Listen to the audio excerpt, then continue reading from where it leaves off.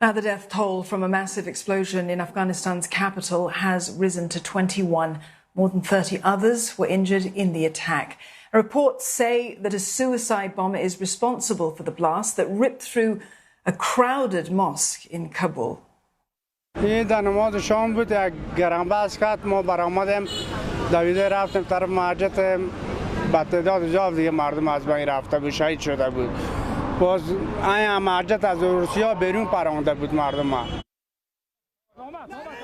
A Taliban spokesperson confirmed that a prominent cleric is among the dead.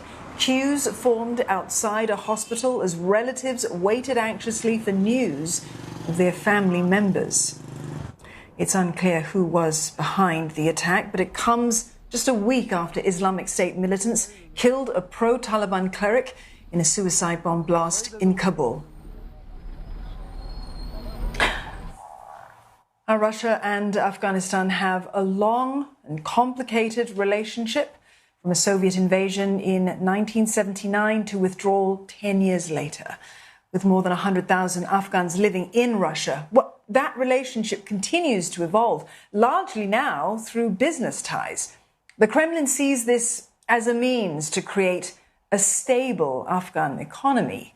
Stuart Smith reports from Moscow.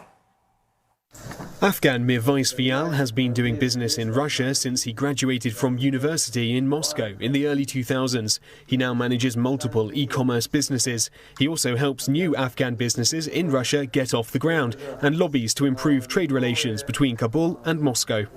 Можно сказать, к счастью, нынешнее правительство или руководство страны Афганистана приняли очень правильную политику касаемую economic проектов. That policy welcomes foreign investment, but it requires that entrance to the Afghan economy be partnered with an Afghan company. After a visit to Afghanistan to meet with its new Taliban officials, Mirvais has become optimistic about the potential for a boost to Russia-Afghan business relations. Я пообщался, встретился со всеми руководствами страны. Нас там приняли официально. Официальные переговоры как народ и государство. И поэтому я оптимист. Я знаю, что там можно делать, а что нет. Enthused by the prospect of a country not at war, he says he hopes Afghanistan can move on from uncertainty and instability to build a strong economy with significant international investment. As well as lowering barriers to trade, the last few months have seen Russia invite thousands of students from Afghanistan to study, both men and women. Mirvais believes they're the future for developing Afghan ties abroad, with many going on to become commercial business experts, like Walid Jalani, who recently graduated from a university here with a degree in international relations. He now manages an import business that uses Russia's fast and competitive digital commerce infrastructure. He hopes one day to bring that model back home to traders in Afghanistan. We are trying to somehow improve them, like just from a traditional business type to the online business.